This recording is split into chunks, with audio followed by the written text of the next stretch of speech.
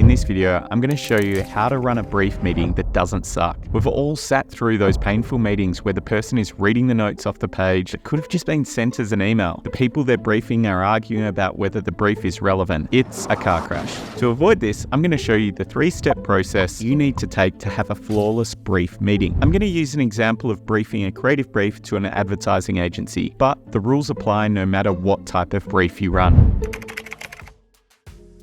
The creative brief and the creative briefing are two different things. Creative brief is the document, briefing is the meeting. Both are in the development of great creative work.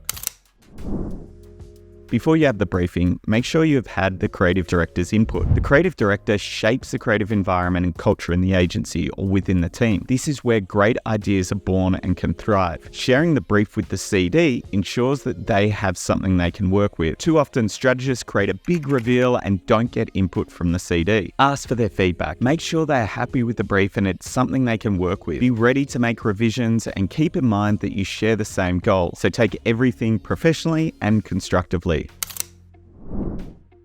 In the briefing, you have more time to set the broader context, discuss the business goals and problems, share the situation where the company currently is, outline the campaign strategy, insights, and KPIs to measure success. List the deliverables, assign which teams and who are the members to deliver them, and have a definite schedule of when they are due. Make sure you bring enthusiasm as well, because this isn't a meeting with the CEO. People in a creative briefing would typically include creatives, people from production, and account management. So imagine it as a performance. You've got to act out to get their creative juices flowing.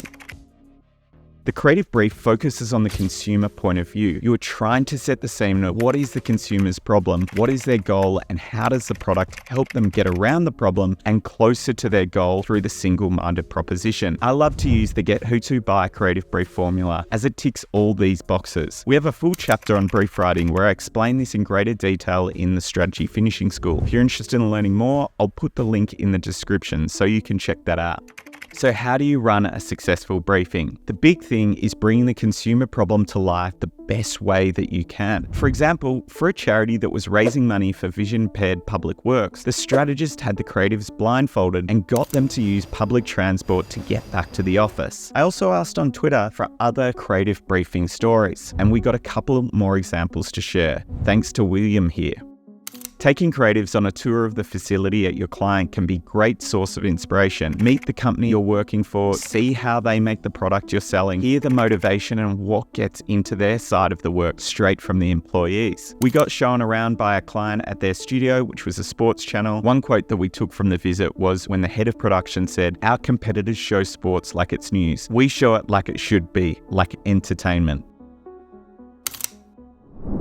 Finally, once you've briefed the creatives, invite feedback and questions and clarify any doubts or issues. Make sure everyone leaves with the one-page brief document and an understanding of the timings and deadlines set during the meeting. This is just a sneak peek into the role of strategy in advertising. If you're interested in learning more, check out my upcoming free workshop at the Strategy Finishing School. All the links discussed are in the description below.